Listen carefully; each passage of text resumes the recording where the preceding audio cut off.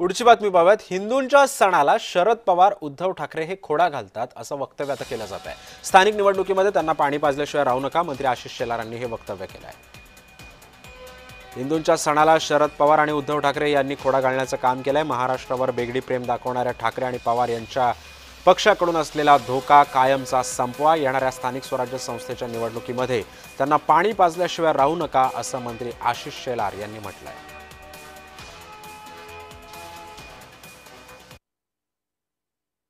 ही मंडळी वेगळी आहे, ज्यांना महाराष्ट्रातल्या भूमीतल्या मातीतल्या सण उत्सव परंपरा महानुभव महाशक्ती यांच्याशी काही लेणं नाही।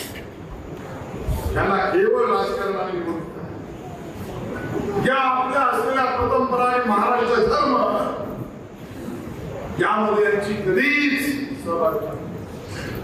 आणि म्हणून माझा सन्मान जर तुम्ही केला असता तर धोका जो आहे तो या शरीर नक्षलवाद्यांचा आणि वेगळी महाराष्ट्रावर प्रेम दाखवणाऱ्या या पवार आणि ठाकरेंच्या राजकारणाचा आहे हे लक्षात